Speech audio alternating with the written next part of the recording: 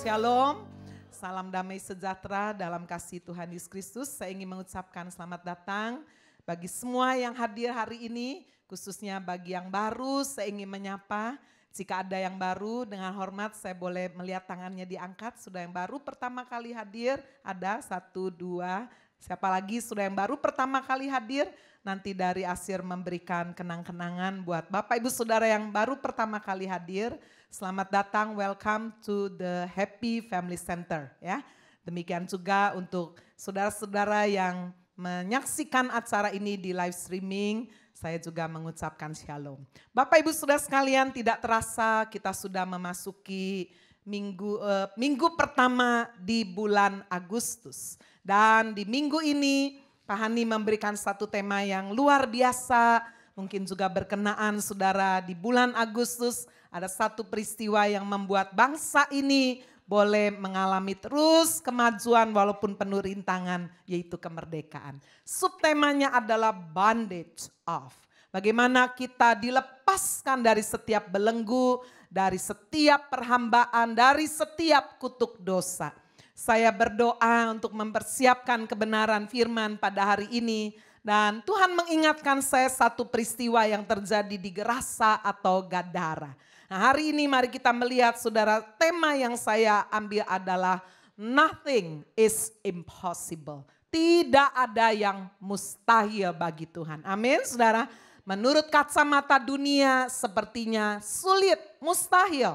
Tapi bagi Allah tidak ada yang mustahil. Bagi orang yang percaya pun tidak ada yang mustahil. Mari kita melihat saudara pembacaan bagian yang pertama di dalam Markus pasal 5. Ayat 1 sampai dengan ayat yang kedua. Kita akan baca bersama-sama 2 ayat ini. Nanti Pak Sutrisno juga akan menolong membaca ayat-ayat ini. Kita akan baca lebih dulu 2 ayat ini bersama-sama. 2, 3.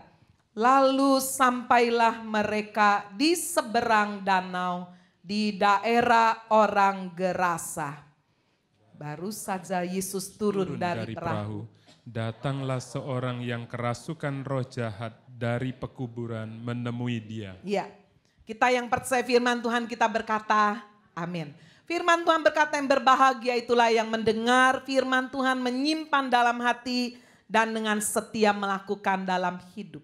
Bapak Ibu sudah dari pembacaan 2 ayat, saya menyimpulkan sudah bagaimana tidak ada peristiwa yang terjadi secara kebetulan di dalam kehidupan kita. Amin, sudah enggak ada yang kebetulan.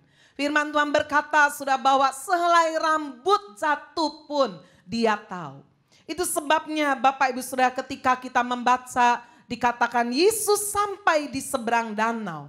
Sebelumnya kalau sudah membaca di Markus pasal 4 ayat 35 sampai 41. Bagaimana Yesus bersama murid-murid berada di danau Galilea di dalam perahu. Tiba-tiba angin, gelombang, badai yang luar biasa. Dan Yesus meredakan badai. Saudara-saudara sekalian dan dikatakan kemudian sampailah mereka di seberang danau di daerah orang Gerasa. Apakah Yesus kebetulan saudara turun dari danau Galilea langsung menuju Gerasa? Padahal ada tempat yang lain? Tidak. Bandingkan sudah dengan apa yang dicatat di dalam Injil Yohanes 4 ayat 4 sampai 7. Satu peristiwa di mana firman Tuhan berkata bahwa Yesus harus melintasi daerah Samaria. Padahal bisa lewat yang lain. Tapi Yesus dikatakan harus melintasi daerah Samaria. Saudara, karena apa ada KKR besar di sana? Tidak. Karena Yesus harus berjumpa dengan seorang perempuan Samaria. Yang hidupnya dikuasai saudara oleh satu belenggu dosa. Hidupnya pindah dari satu laki-laki kepada laki-laki yang lain. Sampai 5 kali kawin cerai. Dan laki-laki yang sekarang sedang bersama perempuan ini pun bukan suaminya. Saudara-saudara sekalian, Yesus datang bukan untuk orang yang merasa dirinya benar. Yesus datang untuk orang berdosa. Itu sebabnya Bapak Ibu Saudara kita melihat peristiwa yang terjadi, Yesus harus melintasi Samaria. Untuk dia berjumpa, berbicara dengan wanita yang merasa dirinya najis, tidak layak. Dia datang ke sumur Samaria jam 12 siang. Satu saat yang sangat tidak ideal. Itu sebabnya dia datang sendiri, tidak ada teman-teman. Saudara, biasanya kalau orang hidup betul-betul di dalam dosa, dia rasa bersalah, dia rasa malu. Tetapi Yesus mendatangi wanita ini dan kita tahu semua hasilnya. Bagaimana wanita ini dilepaskan dari belenggu dosa. Bahkan dia boleh menjadi penginjil wanita pertama yang dipakai Tuhan memenangkan orang-orang di daerahnya. Nah, hari ini saudara, kita membaca kisah yang hampir sama. Saudara, bagaimana Yesus turun dari Danau Galilea dan pergi langsung ke Gerasa. Yesus turun dari perahu dan dikatakan langsung didatangi. Yesus tidak cari. Tetapi saudara, orang gila ini, orang kerasukan roh jahat ini langsung mendatangi Yesus.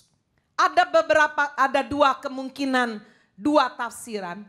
Tafsiran yang pertama berkata, saudara, roh jahat ini mendorong laki-laki yang dirasukinya mendatangi Yesus dan murid-murid untuk menyerang, untuk mengganggu.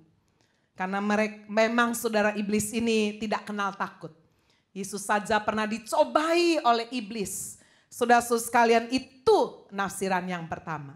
Tapi ada penafsiran yang kedua berkata bahwa Yesus ingin menunjukkan otoritasnya. Dia adalah Allah. Segala kuasa ada di tangannya.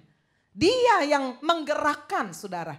Orang yang kerasukan itu memang yang harus datang menjumpai Yesus. Karena Yesus ingin melakukan sesuatu terhadap orang yang kerasukan setan ini. Mana penafsiran yang benar menurut saya itu tidak terlalu penting. Tapi paling tidak saudara, kita melihat alasan. Kenapa saudara, orang kerasukan setan inilah yang dikatakan mendatangi Yesus. Saudara sekalian, berbicara mengenai kerasukan, ya, seringkali kita melihat ada orang-orang yang kerasukan, orang gila. Nah, kita berkata, wah itu dipenuhi setan. Belum tentu saudara, orang yang kelihatannya tenang-tenang tidak dikuasai roh jahat. Bapak Ibu saudara sekalian, saya merenung saudara dan saya memperhatikan bahwa paling tidak ada dua penyebab utama. Kenapa seseorang dalam hidupnya bisa dikuasai oleh roh jahat? Apakah kemudian dia bermanifestasi ya seperti orang gila, sudah orang kerasukan roh jahat yang kita baca dalam Injil Markus pasal 5 ini, atau tidak kelihatan manifestasinya. Saudara sekalian, penyebab yang pertama adalah membuka celah bagi iblis. Dan biasanya melalui pelanggaran-pelanggaran terhadap perintah Allah, dosa. Itulah yang membuat pintu masuk. Iblis bisa mengganggu, iblis bisa mengacaukan. Dan bagi seseorang yang belum percaya Yesus, iblis bisa possess, bisa menguasai, bisa merasuk di dalam diri orang itu. Yohanes 10 ayat 10 firman Tuhan berkata, pencuri yaitu iblis datang hanya untuk mencuri, membunuh dan membinasakan. Dibandingkan dengan Yesus yang datang untuk memberikan hidup, bahkan hidup yang berkelimpahan.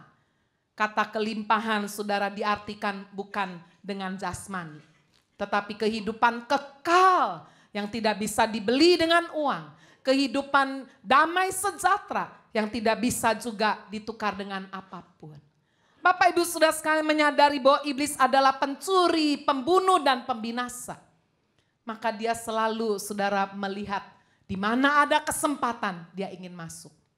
Sama seperti kalau saudara kemarin kita baru libur panjang lebaran.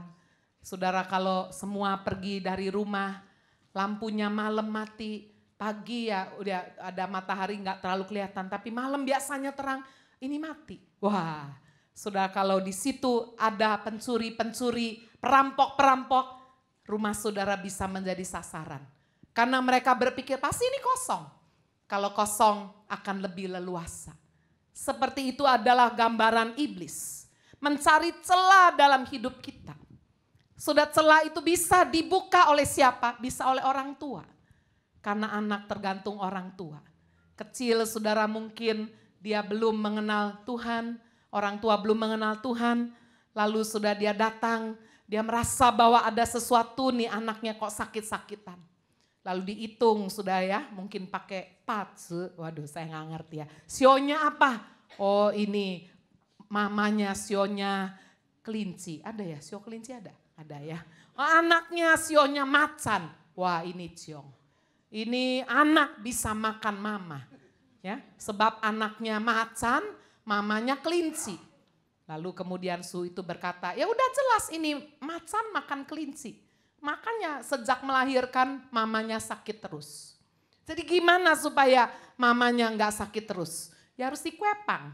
Ya, jadi jangan diaku sebagai anak. Anaknya harus panggil, tidak boleh panggil mamanya mama. Lu panggil apa? AI. Lu lucu banget ya. Jadi ini cara iblis. Memang untuk memutuskan hubungan orang tua dan anak. Bapak Ibu Saudara sekalian, ada cara-cara seperti itu atau anaknya sakit, lalu dimintakan air air kembang dan sebagainya. Dan itu tidak sekali, 2 kali, sudah buka toko, buka usaha, saudara mau kerja apa, gimana supaya bos bisa sayang, bisa dapat jabatan yang tinggi, bagaimana supaya saudara bisa lancar usahanya, dilihat, dibaca semuanya. Saudara ini celah yang memang saudara dibuka, diiming-imingi oleh setan supaya saudara berhasil, kaya, bahagia, tidak ada gangguan, sehat dan sebagainya. Dan itulah pintu masuk iblis untuk menguasai kehidupan kita. Itu sebabnya bisa dari orang tua atau kemudian dari diri sendiri karena enggak ada didikan yang benar sudah mengenai ajaran kebenaran, akhirnya dia juga langganan. Mau bangun apa, pergi suhu. Mau cari apa, cari tukang ramal. Mau apa aja. Ya, padahal apa kata firman Tuhan Imamat 19 ayat 31. Janganlah kamu berpaling kepada arwah atau kepada roh-roh peramal. Nah, janganlah kamu mencari mereka dan dengan demikian menjadi najis karena mereka. Akulah Tuhan Allahmu. Cari aja gak boleh. Antar saya nggak ngapa-ngapain Bu, saya cuma nganter. Jangan. Saudara pergi berarti paling tidak saudara kepingin tahu. Ada respect, ada penghargaan. Udahlah nggak usah terlalu fanatik, nggak usah terlalu ekstrim gitu kan seringkali. Tuhan kan bisa pakai segala macam cara. Tetapi saudara segala macam cara betul, jangan cara iblis. Iblis pencuri, pembunuh dan pembinasa. Inilah cara pertama yang sering kali saudara terjadi dalam kehidupan, termasuk kehidupan orang yang sudah percaya. Terus buka celah dalam hidupnya. Apakah itu sudah celah dosa pergi ke peramal atau celah dosa sudah tahu firman dia melanggar. Itu sebabnya kenapa firman Tuhan berkata jagalah hatimu dengan segala kewaspadaan, dari situ terpancar kehidupan. Saudara Kristen tapi coba enggak jaga hati. Ngamuk terus. Waduh gampang sekali diganggu setan. Saudara sombong, saudara simpan sakit hati.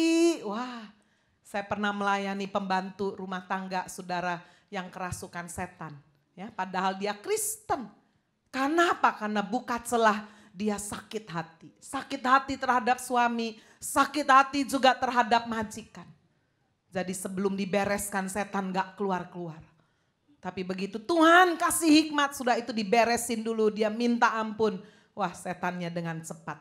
Ya, karena firman Tuhan berkata apa yang membuat Allah tidak bisa mendengar doa kita adalah dosa kita, pelanggaran kita. Itu sebabnya Bapak Ibu Saudara kita melihat ini sebagai penyebab yang pertama. Penyebab yang kedua, saudara memilih hidup tidak memuliakan Tuhan. Mengenal Tuhan, tapi ya gitu aja dah. Nggak mau memuliakan Tuhan, memberi seluruh hidup kepada Tuhan.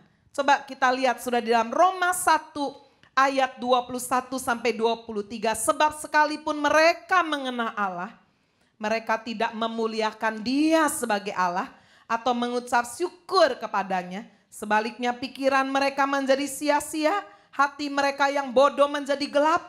Mereka berbuat seolah-olah mereka penuh hikmat, tetapi mereka telah menjadi bodoh. Mereka menggantikan kemuliaan Allah yang tidak fana dengan gambaran yang mirip dengan manusia yang fana, burung-burung, binatang-binatang yang berkaki 4, atau binatang-binatang yang menjalar. Saudara, kalau tadi penyebab pertama, saudara, kita bisa melihat iblis yang adalah pencuri, pembunuh, dan pembinasa. Yang kedua ini kita melihat iblis adalah pendusta. Ya, firman Tuhan berkata, iblislah yang menjadi bapamu. Kamu ingin melakukan keinginan bapamu. Dia adalah pembunuh manusia sejak semula dan tidak hidup dalam kebenaran. Jadi sudah apa yang dikatakan iblis nggak ada yang benar. Semuanya adalah dusta. Sebab di dalam dia tidak ada kebenaran. Apabila dia berkata dusta, dia berkata atas kehendaknya sendiri. Sebab ia adalah pendusta dan bapa segala dusta. Saudara, cara ini yang dipakai oleh iblis menjatuhkan manusia. Pertama Adam dan Hawa. Padahal kalau saudara lihat di dalam Kejadian pasal 2 ayat 16 sampai 17. Allah memberikan satu informasi kepada manusia pertama. Allah memberitahu sarana yang mereka dapatkan, tapi juga Allah memberikan sanksi jika ada perintah yang dilanggar. Allah berkata, semua pohon dalam taman ini buahnya boleh kamu makan, boleh. Hanya satu yang tidak boleh, buah pohon pengetahuan baik dan buruk. Dan Allah memberikan sanksinya, sebab pada hari engkau memakannya pastilah engkau mati. Bukan dikatakan kamu bisa mati. Pasti, kalau bisa mati, bisa enggak, bisa hidup, bisa enggak. Kebenaran aja, tidak. Pastilah engkau mati. Tapi saudara lihat bagaimana iblis memutarbalikkan kebenaran. Dia berkata kepada Hawa apa? Sekali-kali kamu tidak akan mati. Tetapi Allah itu tahu pada waktu kamu memakannya, matamu akan terbuka. Kamu akan jadi seperti Allah, tahu tentang yang baik dan yang jahat. Bapak Ibu, iblis itu pendusta. Liciknya luar biasa. Dia putar balikan kebenaran yang Tuhan sudah berikan. Jangan, kamu kalau melakukannya pasti kamu mati. Tapi iblis berkata, sekali-kali kamu tidak akan mati. Banyak orang terjebak di sini. Itu sebabnya firman Tuhan tadi dalam Roma 1 dikatakan, banyak orang mengenal Allah, tahu firman Tuhan, tapi memilih tidak mau memuliakan Tuhan. Tidak mau menjadikan Yesus sebagai Tuhan. Tetapi saudara menjadikan Mammon sebagai tuannya. Menjadikan apa saudara? Kedudukan sebagai segala-galanya. Menjadikan hawa nafsu, popularitas, status sosial. Menjadi yang terutama dalam hidupnya. Mengenal Allah tapi tidak memuliakan Allah. Bapak Ibu, kalau kita belajar sejarah bagaimana Indonesia dimasuki oleh misionaris-misionaris dari Belanda. Betul ya, membawa Injil. Itu sebabnya ada sekolah yang disebut Sending. Ya, saya dari Cirebon sekolah dari SD Kristen. Sending itu bahasa Belanda. Ya, dari kata sender, saudara, bahasa Inggrisnya. Sending, mengutus itu utusan. Tapi saudara lihat apa yang terjadi sekarang di Belanda. Belanda menjadi negara pertama di dunia yang melegalkan pernikahan sejenis. Belanda. Saudara lihat juga di Belanda, saudara. Seks itu betul-betul diperjualbelikan bebas.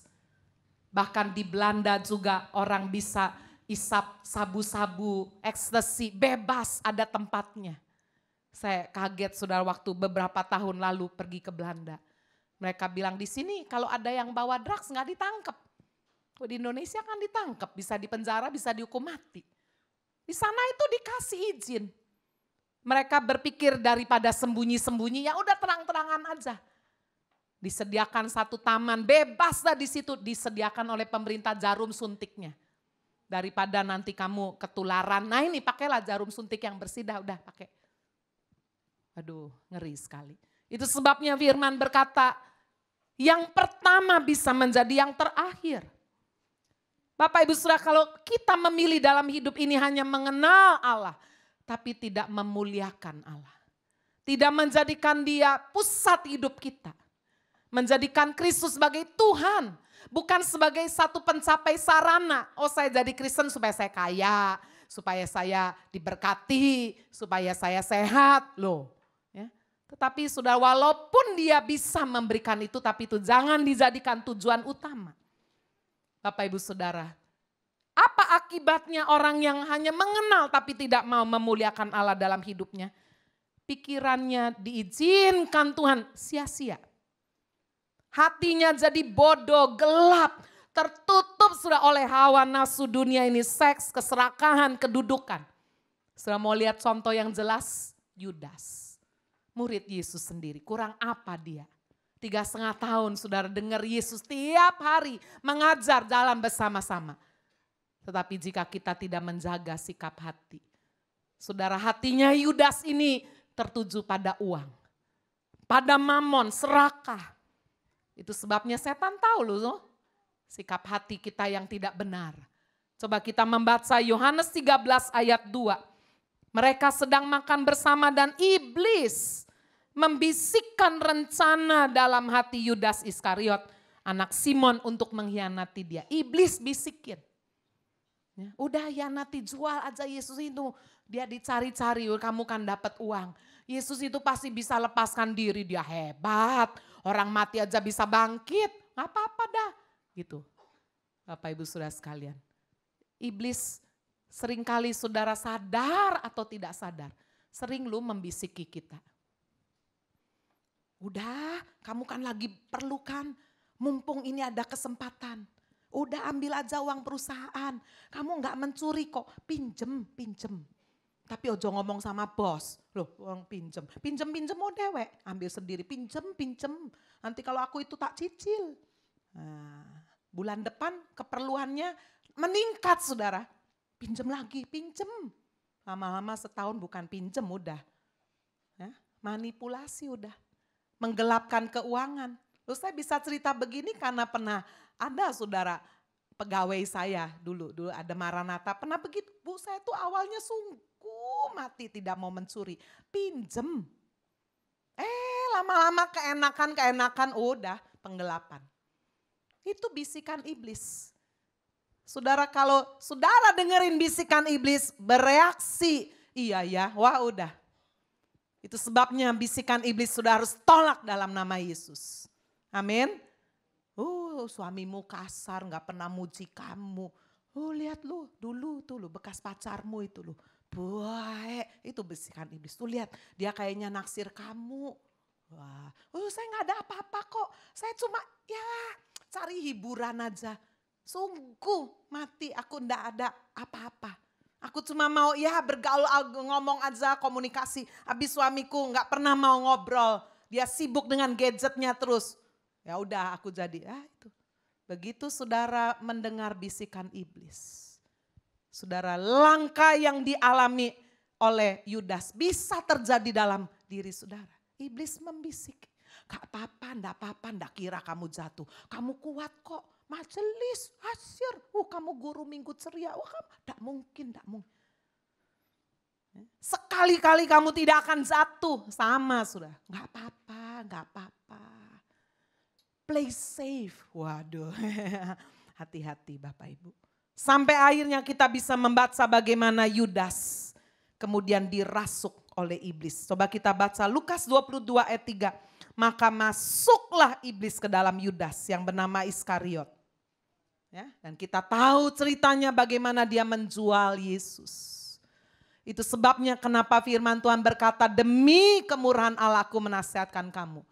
Persembahkanlah anggota tubuh, mata, telinga kita, saudara, hidung, semua tangan, kaki. Persembahkanlah seluruh anggota tubuh kita untuk Tuhan. Amin. Kalau tidak, saudara, iblis akan pakai untuk kemudian kita menjadi hamba dosa. Bapak Ibu Saudara, firman Tuhan tadi berkata, jika kita mulai membuka celah, memilih hidup tidak memuliakan Allah, kita sepertinya berbuat segala sesuatu penuh hikmat tapi bodoh. Ya, kita lihat coba sudah orang-orang bule yang dulu membawa Injil, sekarang kembali kepada mistik-mistik kepercayaan timur.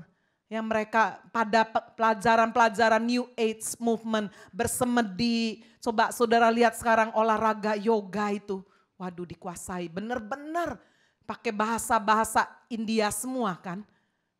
Hati-hati saudara, saya nanti satu kali ya coba kita bahas itu.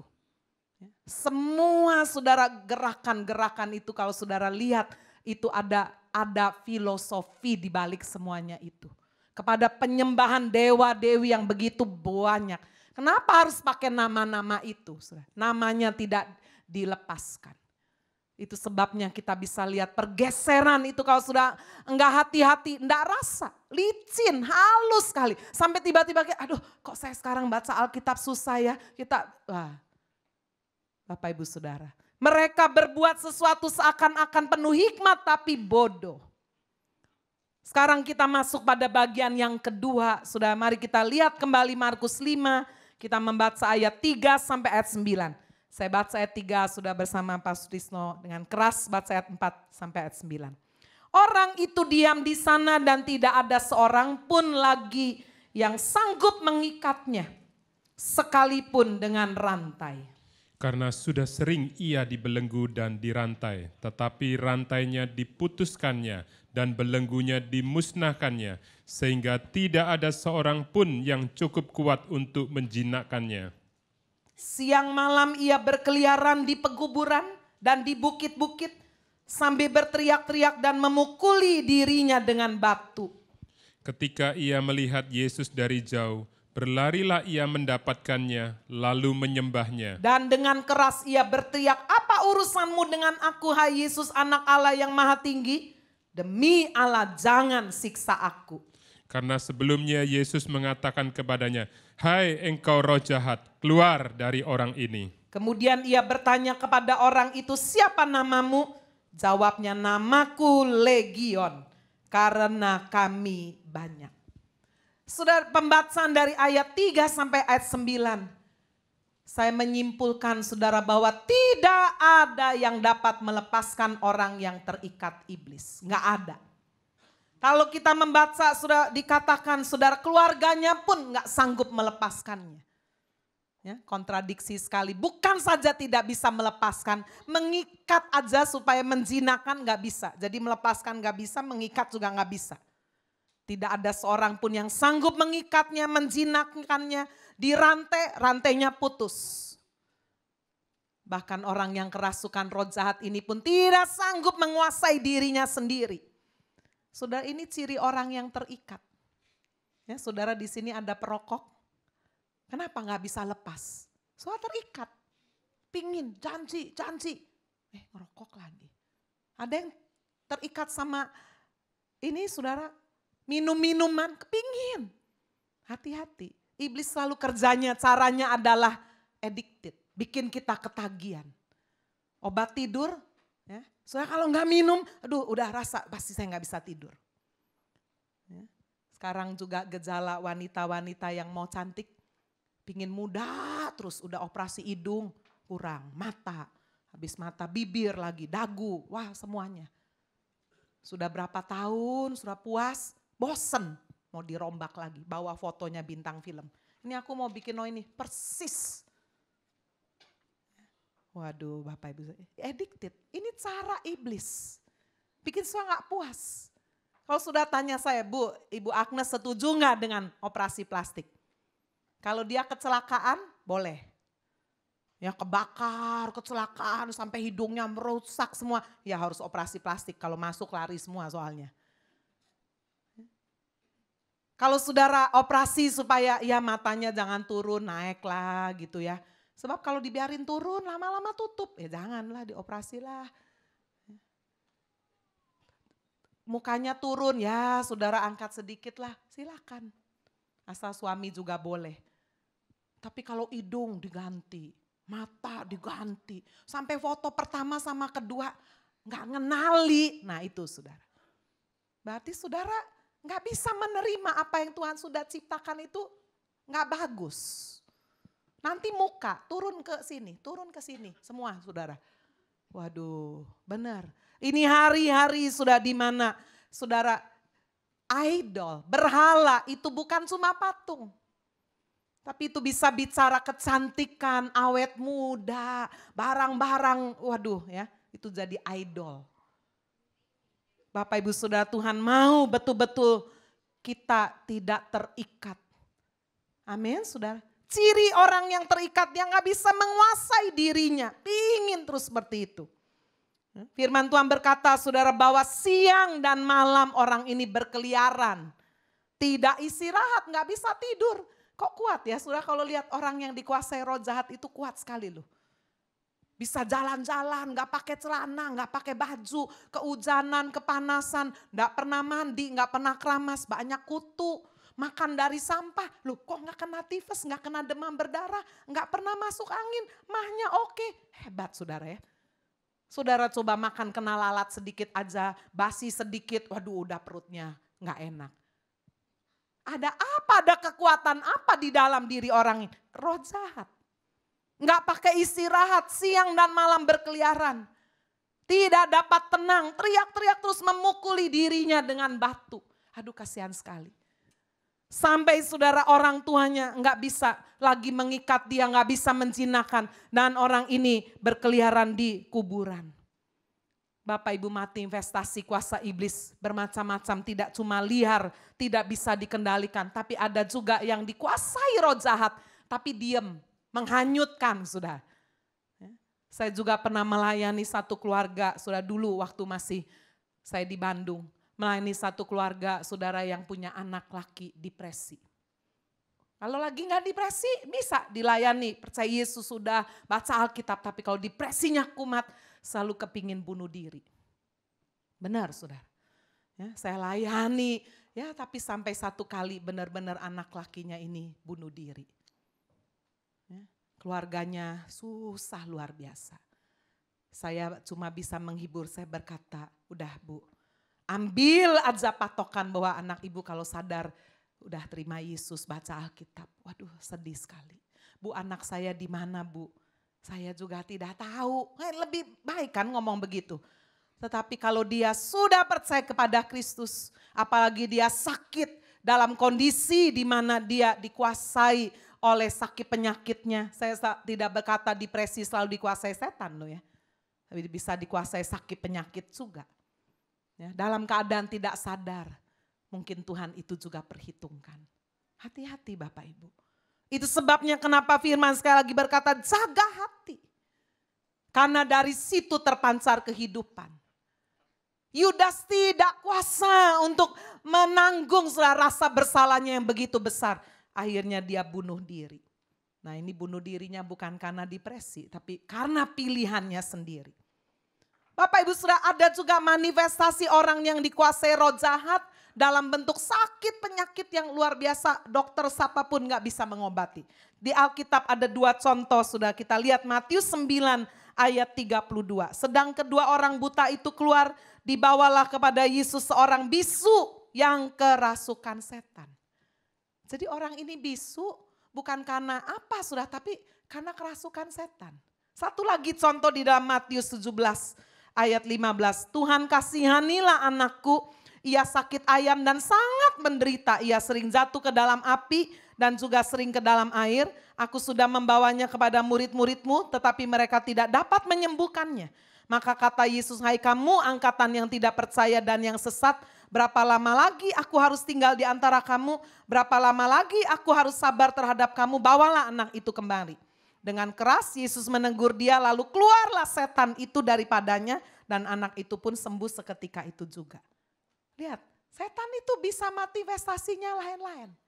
Jadi sudah jangan pikir orang yang suka teriak-teriak itu kerasukan setan, belum tentu juga kan. Tetapi sudah orang yang kerasukan setan bisa seperti pria yang di Markus 5.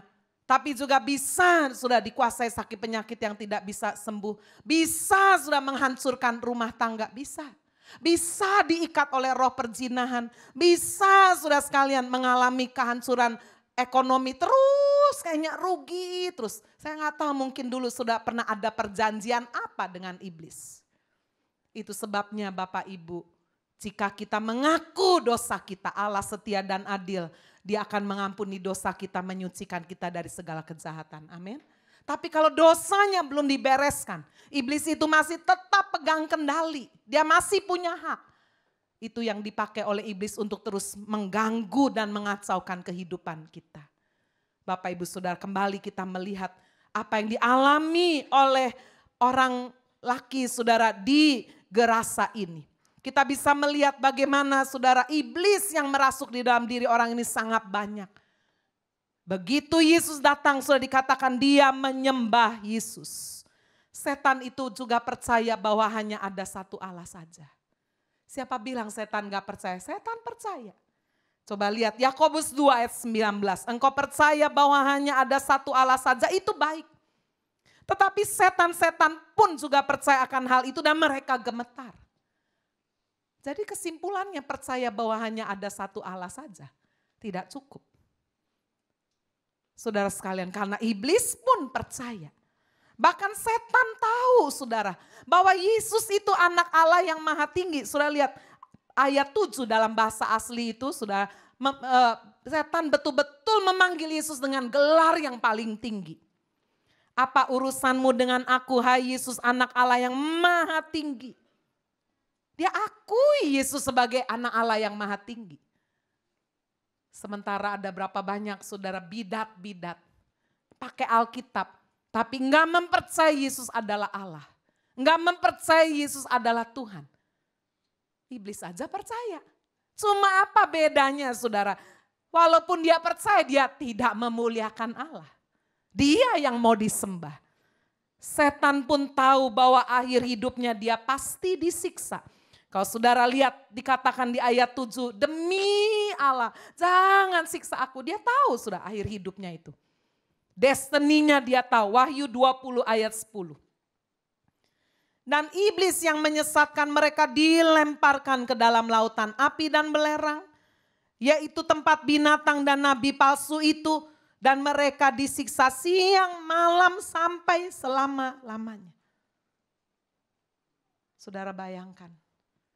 Kenapa iblis saat ini begitu giat untuk membujuk, menggoda dengan cara apa saja. Bikin orang kaya, bikin orang enak, bikin orang senang, bikin orang sehat. Cara apa aja iblis bisa. Keluar dari rencana Allah supaya apa? Supaya dia tidak masuk kepada hukuman yang kekal selama-lamanya sendirian. Dia mau saudara, dia mengalami itu. Siksaan yang pasti dialami bersama-sama dengan banyak orang. Alkitab juga mencatat dia berusaha juga kalau bisa menyeret orang-orang pilihannya.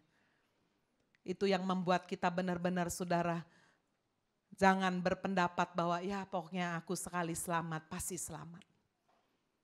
Iblis berkata, firman Tuhan berkata, iblis berusaha termasuk kalau bisa menyeret orang-orang pilihannya. Bapak ibu saudara, setan tahu otoritas Yesus begitu tinggi, sangat tahu. Itu sebabnya di ayat 10 dikatakan dia memohon dengan sangat supaya Yesus jangan mengusir roh-roh itu keluar dari daerah itu. Tahu.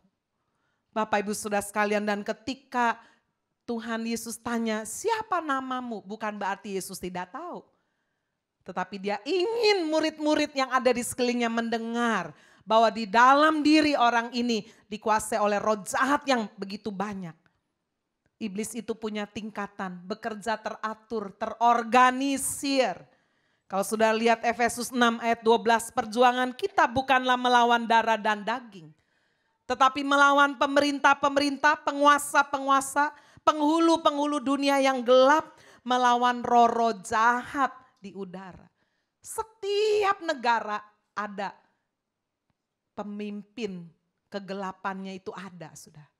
Nanti negara itu terdiri sudah dari wilayah-wilayah, ada pemerintah-pemerintahnya. Ini kata firman. Di bawahnya ada penguasa-penguasa. Ada penghulu-penghulu jahatnya, ada roh-roh orang kuatnya ada. Itu sebabnya kalau gereja tidak teratur organisasinya. Bapak ibu saudara, betapa gereja sedang mempersiapkan satu kejatuhan, perpecahan. Itu sebabnya rumah tangga pun harus teratur. Kenapa firman Tuhan itu begitu komplit? Kasih aturan. Hai suami, kasih istrimu. Seperti engkau mengasihi dirimu sendiri, seperti Kristus mengasihi jemaat. Itu peraturan. Hai istri, tunduklah kepada suamimu seperti kepada Tuhan dalam segala sesuatu. Itu aturan. Soalnya gak mau atur, ya kacau rumah tangganya. Walaupun sudah dia hamba Tuhan, dia punya posisi, tapi kalau sudah tidak ikut peraturan, sudah. Bapak Ibu Saudara, ada banyak orang ingin bikin aturan sendiri. Itu sebabnya kekacauan yang diperoleh. Dan firman Tuhan sudah tidak pernah keliru. Kalau kamu tidak ikut peraturan, ada sanksinya. Sejak dari Taman Eden. Kalau kamu tidak mematuhi peraturan ini, kamu pasti mati katanya. Sudah tidak ikut peraturan ini, rumah tanggamu akan hancur. Bisnismu juga akan hancur, gereja juga bisa hancur. Iman kita pun bisa mati. Itu sebabnya saudara, kita benar-benar menghargai kalau Tuhan beri peraturan. Itu demi kebaikan kita, amin. Iblis sudah berkata di dalam diri orang itu bahwa namanya legion. Iblis itu tahu wilayah. Ya, kalau iblisnya dari Surabaya dia nggak mungkin, siapa kamu? Legion. Wong Surabaya nggak ngerti, oh po legion. Ya, iblisnya yang ada di Surabaya mungkin Nyi Loro Kidul gitu ya. Kalau saudara tengking iblis yang ada di Eropa nggak mungkin tanya, siapa kamu? Nyi Blorong. Waduh nggak mungkin. Itu lain daerah kekuasaannya. Mungkin di sana jawab, oh aku Dracula. Mungkin saudara ya.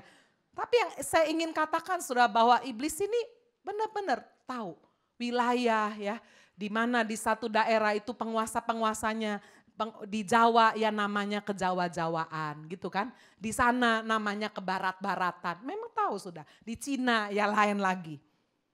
Legion adalah nama dari serdadu Romawi. Jumlahnya sudah diperkirakan 6.000 sampai 12.500 tergantung itu ya, tergantung resimennya berbeda-beda. Jadi hanya bisa diperkirakan artinya sangat banyak. Tidak ada yang bisa melepaskan orang ini. Saya mungkin berkata, oh bisa Bu, saya kenal ada kiai, ada suhu. Bisa lepaskan orang kerasukan, orangnya jadi tenang. Ya benar tenang. Tadi kan saya berkata bahwa manifestasi ada iblis itu tidak selalu harus liar, harus jerit-jerit. Bisa aja iblis itu ada iblis yang tenang kok. Ya. Saya udah berkali-kali saudara tanya kepada beberapa orang yang percaya Yesus yang punya latar belakang suhu. Saya selalu dapat jawaban yang sama. Saya berkata kenapa itu kok bisa taklukan roh jahat bisa diusir. Sebetulnya mah bukan diusir Bu. Mana ada setan ngusir setan. Loh terus gimana begitu disembur pakai minum. Wah langsung pluk sadar. Oh itu sebetulnya air itu mantra-mantra bilang, ayo itu orang mengganggu sekali. Kamu masuk kok ke sana, bikin beres ya, siap gitu. Jadi saudara kalau saudara ada orang kerasukan setan, panggil bukan orang Kristen yang betul-betul punya kuasa ilahi, saudara panggil yang lain, Bu setannya wis keluar, bukan keluar. Itu dimasuki saudara roh jahat yang levelnya lebih tinggi. Ya, setan itu punya level. Jadi yang teriak-teriak itu mungkin kroco sudah. Ya.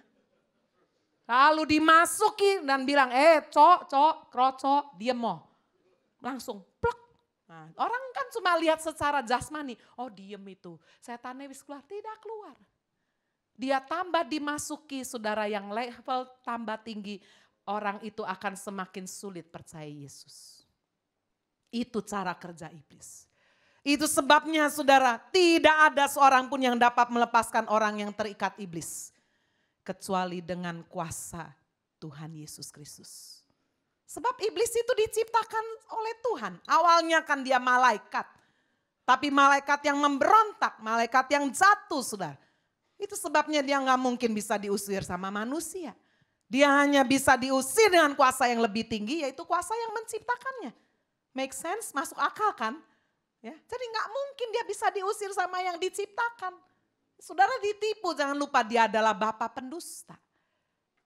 Sekarang kita lihat bagian yang terakhir saudara. Kita baca dari ayat 11 sampai dengan ayat 17. Saya baca ayat 11, sudah baca ayat 12 sampai ayat 17. Adalah di sana di lereng bukit sejumlah besar babi sedang mencari makan. Lalu roh-roh itu meminta kepadanya, katanya, suruhlah kami pindah ke dalam babi-babi itu, biarkanlah kami memasukinya. Yesus mengabulkan permintaan mereka, Lalu keluarlah roh-roh jahat itu dan memasuki babi-babi itu. Kawanan babi yang kira-kira 2.000 jumlahnya itu terjun dari tepi jurang ke dalam danau dan mati lemas di dalamnya. Maka larilah penjaga-penjaga babi itu dan menceritakan ke hal itu di kota dan di kampung-kampung sekitarnya. Lalu keluarlah orang untuk melihat apa yang terjadi. Mereka datang kepada Yesus dan melihat orang yang kerasukan itu duduk. Sudah berpakaian, sudah waras. Orang yang tadinya kerasukan legion itu. Maka takutlah mereka. Orang-orang yang telah melihat sendiri hal itu menceritakan kepada mereka tentang apa yang telah terjadi atas orang yang kerasukan setan itu dan tentang babi-babi itu. Lalu mereka mendesak Yesus supaya ia meninggalkan daerah mereka. Bagian yang ketiga saya menyimpulkan Bapak Ibu Saudara. Tidak ada yang terlalu mahal bagi Yesus. Amin. Apa sih yang paling mahal di dunia ini? Cuanse. Yang paling mahal adalah nyawa. Betul sudah.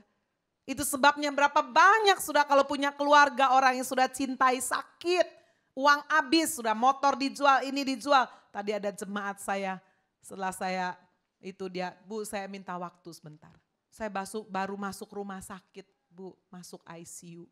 Handphone dijual, bibi dijual. Puji Tuhan Bu, saya masuk cuma 2 hari keluar. 2 hari aja udah pakai bayar, jual bibi, jual handphone. Nah, 20 hari jual apa saudara? Artinya nyawa itu adalah yang paling mahal. Amin saudara. Tetapi hari ini kita belajar lihat saudara. Orang yang kerasukan setan ini tinggal di dalam pekuburan. Bagi orang Yahudi, saudara, orang mati itu dianggap najis, nggak boleh pegang orang mati. Kalaupun sampai kepegang, dia harus mentahirkan diri 7 hari. Bandingkan sudah dengan apa yang dilakukan oleh ahli Taurat, orang Lewi dalam kisah perumpamaan Yesus tentang orang Samaria yang murah hati. Ini menjadi salah satu alasan yang tidak tertulis. Kenapa saudara ahli Taurat itu waktu lihat seorang Yahudi sesama bangsanya habis dirampok, dipukuli, hampir mati, dia gak mau tolong. Kenapa? Itu. Karena dia tahu ini sudah mau mati, kalau dia mati beneran di tangannya, waduh celaka, saya gak bisa tugas 7 hari saya harus pentahiran. Coba kita lihat sebentar ya. Peraturan itu ditulis di Bilangan pasal 19, ini Taurat ya. Bilangan pasal 19 ayat 16, setiap orang yang di padang yang kena seorang yang mati terbunuh oleh pedang atau kepada mayat atau kepada tulang-tulang seorang manusia atau kepada kubur, orang itu najis 7 hari lamanya. Jadi pikir, seorang orang Yahudi itu pikirannya duit terus. Ya, sampai ada orang bilang di Asia itu orang Yahudinya Chinese katanya. Opo kalau bisa diduitin semua. Ya. Jadi sebenarnya ini ahli Taurat, waduh saya kalau pegang dia, kalau dia pas mati di tangan saya, mati. Waduh saya nggak dapat PK ini. Ya, ucapan syukur nggak boleh, doa nggak boleh, mimpin sembahyang bait Allah, khotbah nggak boleh. Waduh nggak ada pemasukan. Gimana nanti? Ini dia memilih enggak. 7 hari ini aku harus pray ini, mentahirkan diri. Bandingkan dengan Yesus. Yesus mau melayani orang yang dianggap najis yang ada di kuburan. Bapak Ibu Saudara-saudara sekalian, sepertinya hampir sama dengan kepercayaan orang Chinese ya, mitos-mitos. Kenapa tadi kamu enggak datang, itu saudaramu sendiri meninggal? Oh enggak bisa, aku mau kawin. Kalau mau kawin enggak boleh datang orang mati. Kenapa? Sial, nanti diserep itu. Saya dulu enggak ngerti sudah. Saya tanya kan, loh Rame, oh anakku mau kawin Bu. Loh apa hubungannya? Sing kawin-kawin, sing mati-mati ini saudaranya. Enggak oleh Bu. Loh siapa yang bilang? Saya kan enggak ngerti, sudah memang latar belakang saya kan memang enggak ngerti begitu. Memang enggak boleh, kata siapa? Enggak tahu juga Bu, kata nenek-nenek dulu. Walah, udah. Takut kesedot. Ya, hamil nggak boleh, saudara ketemu orang mati. Waduh mateng ini. Ini saudara celah yang selalu dibuat oleh iblis. Saudara kita juga tidak menantang iblis. Ya, sudah tidak sembarangan kan berkata, oh mana setan, tak tantang. Jangan, buat apa sih? Tetapi saudara, kita tidak takut, di satu sisi kita juga tidak mencobai Allah. Sebab kata, saya datang karena itu adalah saudara saya. Dalam nama Yesus semua kutuk-kutuk dipatahkan dalam nama Yesus. Pagari benteng itu tutup bungkus saya dengan kuasa darah Kristus. Amin. Jangan hidup sudah sekarang berdasarkan mitos-mitos. Bu, itu matinya tanggal segini, ini seminggu kemudian kok bisa dia mati, gak ada hujan, gak ada angin. Katanya itu nyeret, Bu, nyeret. Ya, saudara suka dengar itu kan? Saudara harus mempercayai bahwa hidup dan mati di tangan Tuhan. Itu sebabnya setiap kali saudara harus hidup di dalam doa, berjaga, berdoa. Pagari benteng itu tutup bungkus kuasa darah Kristus. Minggu ini saya udah dengar banyak sekali korban digendam. Kenapa orang Kristen bisa digendam? Mungkin sudah gak jaga diri, sudah mangkel, benci, kosong hatinya, bisa digendam. Tapi kalau hidup sudah penuh Roh Kudus, penuh firman, menjaga hidup kita, iblis tidak bisa menyentuh. Lihat ceritanya Ayub, iblis berkata, aku gak bisa sentuh. Ada pagar benteng mengelilingi hidupnya. Amin. Tapi kalau saudara hidup di dalam dosa, hidup membuka celah, pagar itu rontok saudara. Itu jawabannya, itu sebabnya sudah kembali kita lihat bagaimana Yesus mau melayani orang yang dianggap najis. Dia mengusir, roh-roh jahat itu minta, udah saya masukin aja itu ke, perintahkan supaya aku masuk ke babi-babi. Yesus mengabulkan permintaan, lalu kemudian roh-roh jahat itu masuk ke dalam kawanan babi. Wow, harga 1 jiwa ditukar dengan 2.000 ekor babi. Berapa saudara harga 1 ekor babi? Tadi malam saya cek harga babi. Yang paling tinggi harga babi itu di Papua. Saudara, di Papua harga seekor babi bisa 30 juta. Ya. Karena buat mereka itu mas kawin. Dan kalau sampai ada seorang yang di daerah nabrak atau melukai babi, maka harus ganti saudara. Dilihat dari babi itu punya puting susunya berapa. 1 puting susu dihargai 3 juta. Jadi kalau babinya itu punya susunya 6, ya kali noai 6 kali 3 juta. Saudara jangan heran di daerah-daerah tertentu di Papua. Perempuan-perempuan saudara tidak hanya menyusui anaknya. Sebelah kanan anaknya, sebelah kiri anak yang lain. Babi saudara. Saya bilang, mereka enggak. Mereka tidur dengan babi. Mereka diminyaki minyak babi jadi baunya wis podo saudara. Karena itu harta mereka, sama kan saudara kan kalau orang kota disemprot parfum. Ya, buat saudara berharga, buat mereka minyak babi itu parfum. Tambah bau, tambah kaya. Tambah banyak saudara, babinya tambah sugih. Babi aja disusui loh. Jadi saudara kita lihat ya bagaimana harga seekor babi. Tapi kalau di Bali saya baca harganya 3 juta. Jadi saudara kurang lebih 2.000 kalilah 3 juta berapa saudara? 6 miliar. Saudara mau bikin KKR yang datang 1 orang habis 6 miliar? Coba. Tanya saya bilang enggak mau. Rugi. Betul gak saudara? Itu kita manusia hitung-hitungannya itu jelimet. Itu sebabnya banyak ibadah di gereja tertentu kalau sepi tutup aja. Kenapa? Rugi. Belum bayar musiknya, WL-nya, AC-nya, listriknya. Persembahan enggak cukup, enggak nyucuk. Lah kalau Yesus hitungan begini saudara, enggak jadi dia. Berapa harga 2.000 babi? 6 miliar kalau di Papua 60 miliar. Waduh duitnya sopo rek. Betul saudara? Tidak ada harga yang terlalu mahal bagi Yesus. Tetapi saudara lihat bagaimana setelah orang ini dipulihkan saudara. Saksi mata itu para penjaga babi. Saudara kurang lebih 3 tahun yang lalu saya baru bisa memahami ayat ini. Terus terang dulu saya kalau baca peristiwa ini saya terganggu. Gimana ya di daerah Gerasa ini kok ada babi. Orang Yahudi kan gak makan babi, najis. Masa mereka jaga babi? Tetapi sudah kurang lebih 3 tahun yang lalu saya dapat informasi yang terkini sudah dari Israel bahwa baru diadakan satu penggalian ternyata di daerah situ. Arkeolog menjumpai, mereka membuktikan bahwa daerah Gedara itu tidak ditempati oleh orang Yahudi. Tapi orang bukan Yahudi. Berarti cocok ayat firman Tuhan. Bahwa karena di situ ditinggali orang bukan Yahudi, mereka memelihara babi. Mereka melihat, mendengar peristiwa itu dikatakan menjadi takut. Tapi takut itu saudara tidak selalu membuat orang jadi percaya. Aduh takut. Tapi ayo percaya Yesus, enggak mau. Gitu ya. Aduh takut ini gempa bumi, aduh ini takut ya Yesus mau datang. Ya udah percaya, enggak mau. Bisa loh. Sama sudah lihat nih, orang-orang penjaga babi ini memberi laporan kepada orang daerah situ. Dikatakan mereka menjadi takut.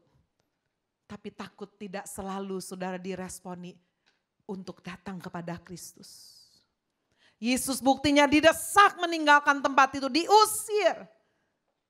Berapa sering saudara kita lebih sayang sama bisnis kita.